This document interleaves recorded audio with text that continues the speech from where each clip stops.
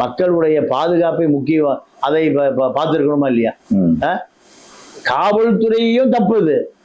காவல்துறை அந்த இடத்துல அனுமதி கொடுத்தே இருக்கக்கூடாது. இரண்டாவது எங்கதான் கொடுக்குறது?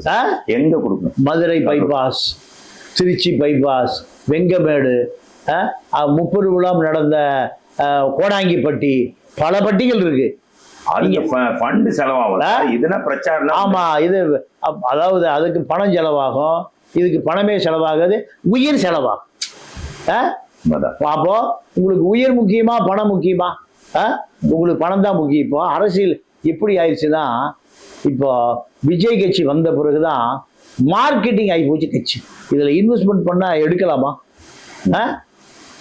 இந்த விஜய் கட்சியில ஒரு பொறுப்பு வாங்கினால் சம்பாதிக்க முடியுமா? சம்பாதிக்க முடியும். இப்போ அரசியல் எப்படி ஆயிடுச்சு? மார்க்கெட்டிங் ஆகி போச்சு. எப்படி டிவில சார் ரொம்ப பேர் எங்களே கேட்டிருப்பாங்க. ஆமா ஆமா. இப்போ ஒரு திமுகவுல ஒரு முன்னணி தோழர் போன் பண்ணி கேட்கிறாரு, சார் இந்த கட்சி சேருமா? ஒரு 10 நாளைக்கு முன்பு என்னென்ன விஷயம் அடிக்கடி பேசுவாரு.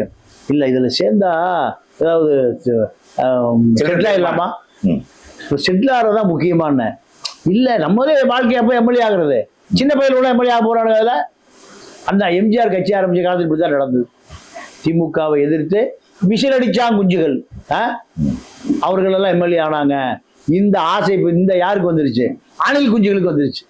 இப்போ நீங்க எப்பவுமே இந்த விசில் அடிச்சாங்க குஞ்சுகள்னு ரொம்ப வருஷமா சொல்லிட்டு இருக்கீங்க. உண்மையாகவே அதை நம்ம ஏன்னா கட்டுக்கடங்காத கூட்டம் வேற, கட்டுப்படாத கூட்டம் வேற. விஜய்க்கு வருது கட்டுப்பட மாட்டேன்றான். விஜய் சொன்னாலே கேட்க மாட்டேன். இப்போ இன்னொரு பெரிய விஷயம் என்ன நடக்குதுன்னா, அதிமுக கூட்டத்தில் பூரா தாவேக்க கொடியை போச்சு ஆட்ட ஆரம்பிச்சிட்டான். கூட்டணி சரியா இப்படியே நம்மள எம்எல்ஏ ஆயிடுறான்.